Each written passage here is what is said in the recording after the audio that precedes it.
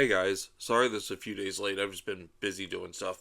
Um, so a few days ago, I finally got to see Obsession, and holy shit, this movie was fucking tense. It was surprisingly tense because really the only trailer I saw beforehand was the one where he's calling the customer service line for the Make a Wish stick, and there is a continuation of the scene, but that's really all I saw.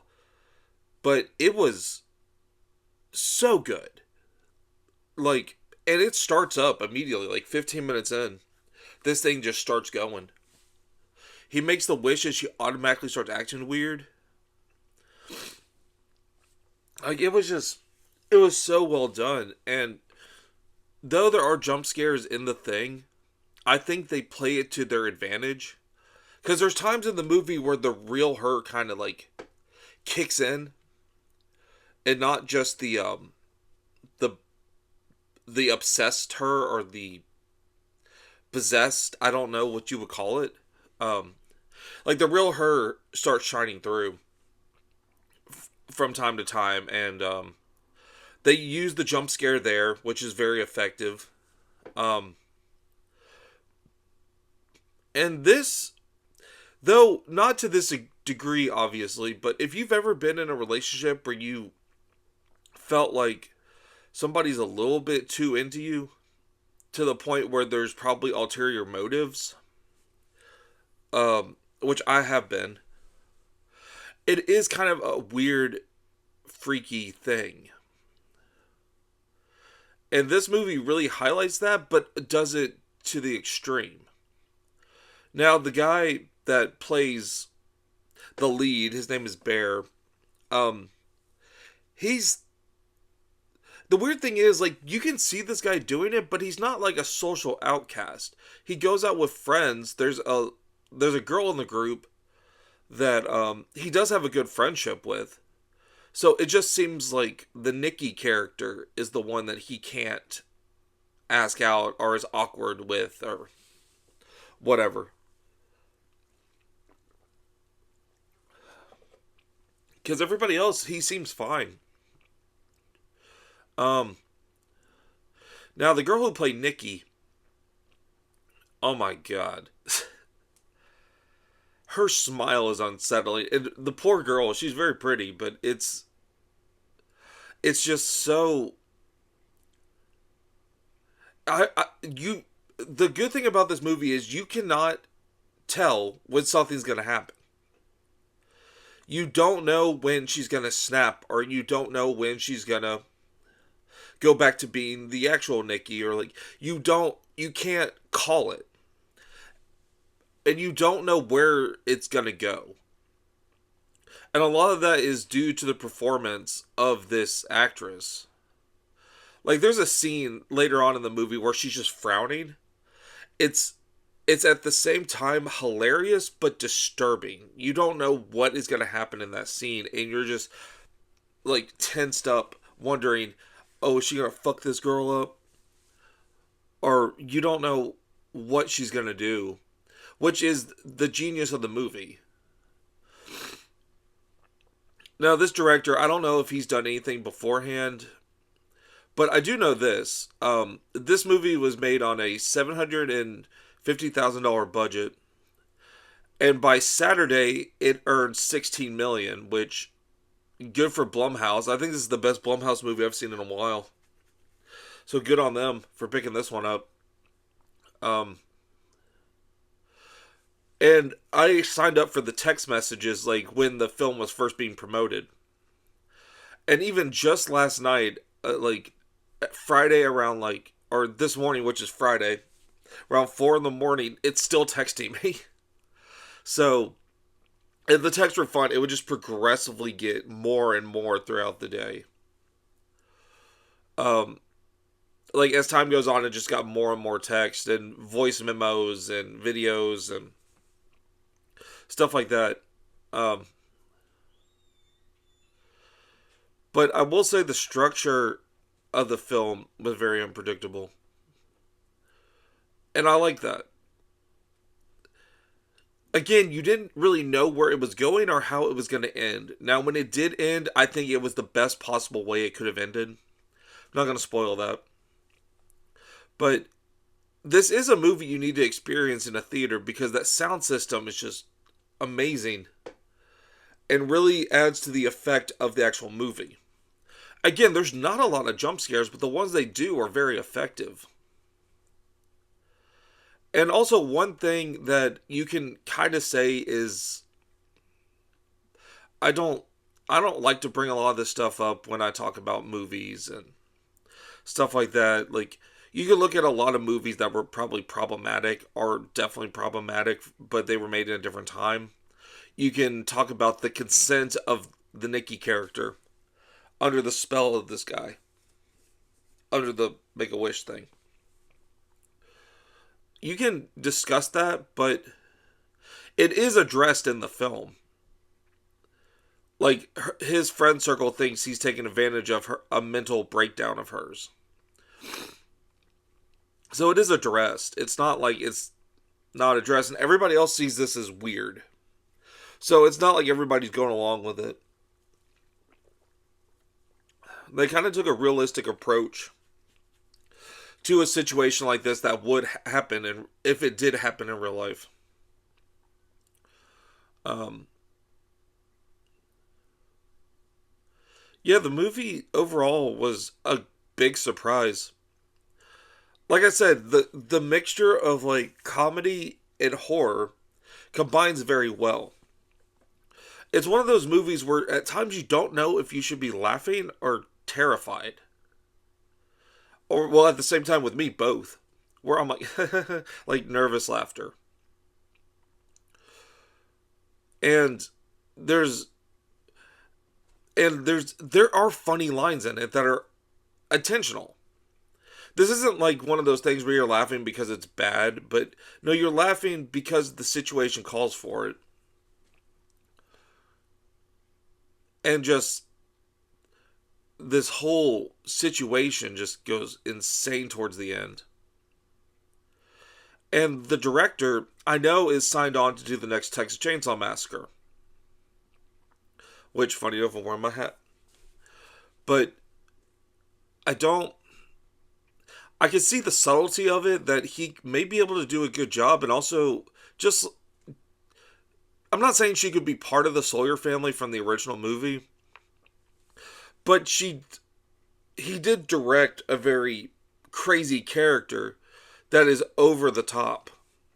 So maybe that could work. And again, kind of like in the original Texas Chainsaw Massacre, there's times where you're kind of laughing, but disturbingly laughing, like nervously laughing, because of the situation just gone apeshit. So he may do well with it. I don't know, especially on a relatively low budget that he did Obsession with. Um, and I'm glad it's a hit. I'm glad it's a hit, and I'm glad that people are really talking about this movie, because to me it's the best horror movie so far of the 2026. It's awesome. You should definitely go see it. I've been telling people to go see it. Like, don't wait till streaming. Go to the theater. It's If you're gonna see one this year, I think that one would be a good one. And it's so weird doing these about good movies, because I can go like 24 minutes about Whistle, which was a, just a forgettable, if not bad, movie. I could go on a tangent about that, but when it's a good movie, um, it's hard to talk about because you really don't want to ruin anything. Because the movie does have twists and turns and funny moments that I don't want to ruin. Um, but it's easier to talk shit about something than it is to speak positively about it. But I do want to speak positively on this movie because it is a must see. Um, do I think it's going to make movie history? I don't know. It's too early to tell about that.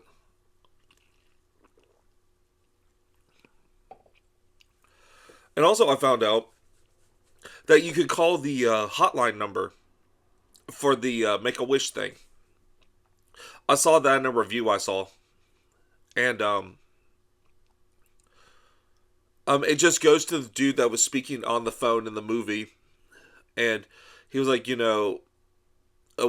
are not liable for like death, suicide, make you want to kill.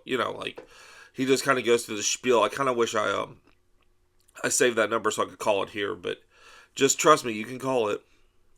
And also for a while there, I remember the text I was getting from promotional, uh, the promotion side of it. They were selling the Make a Wish sticks, which I should have bought one. Now they're sold out. But that would have been kind of fun to have. Because it's cool when you open the box, it like makes this little like magical noise, and it looks like just a stick. I don't know. It doesn't look that hard to break, but I could have made a wish on here.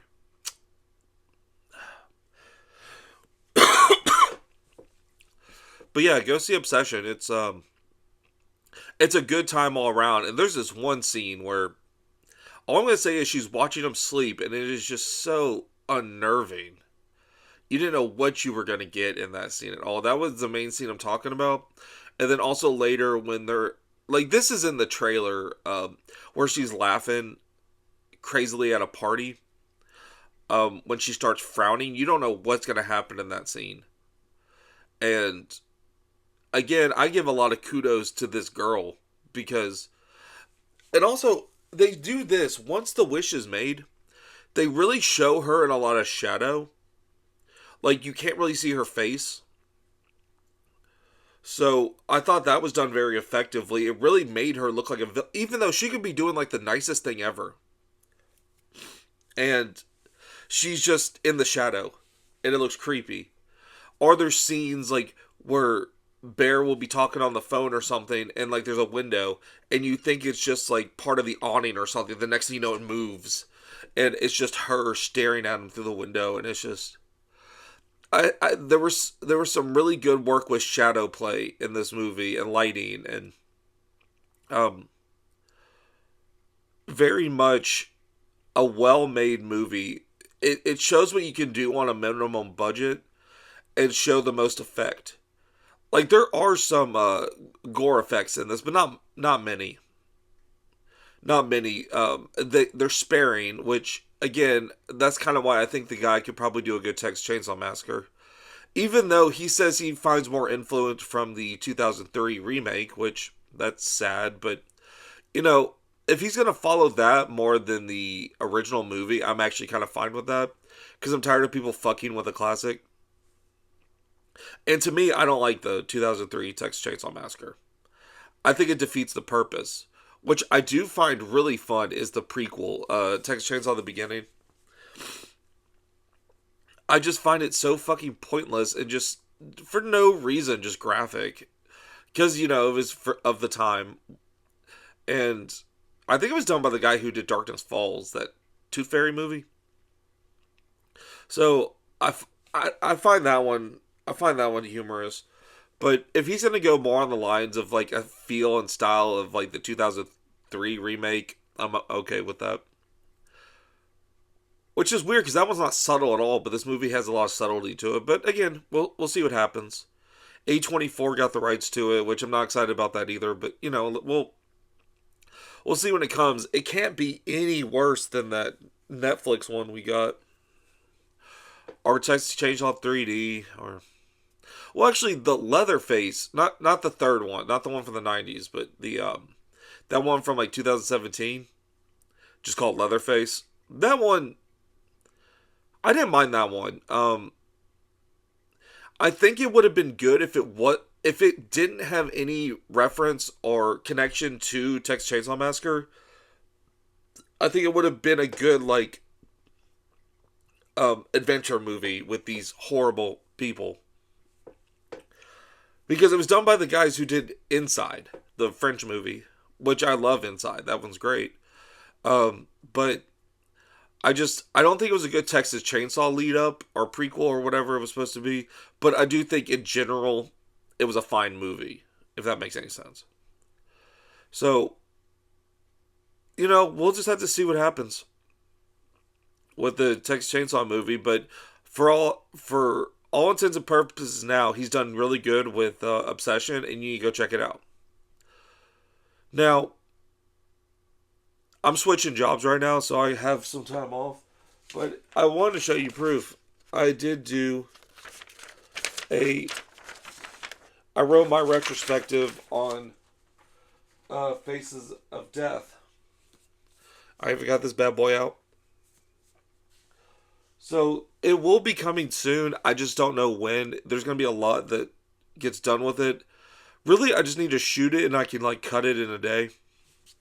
I got all the footage. I'm just trying to find a new place to shoot it. I want to shoot it in a new style that's not just the average review style I've been doing. So it is different from my other stuff. So, I may shoot it on my back porch because I can smoke. And be more introspective and, just... I want to do this with other movies, but this one I wanted to kick it off with a bang. So, look forward to that whenever I get it done. I'm not going to promise a date because I fail at that all the time. And especially now starting a new job that is going to be a more high demanding job than my last one. It may be a little later till you get it, but you are going to get it. And you'll be getting these movie reviews. Sorry, it just turned 7 in the morning. I fell asleep early last night, so early morning, yay. Trying to get used to that new schedule. But okay, guys. Until next time. See you later.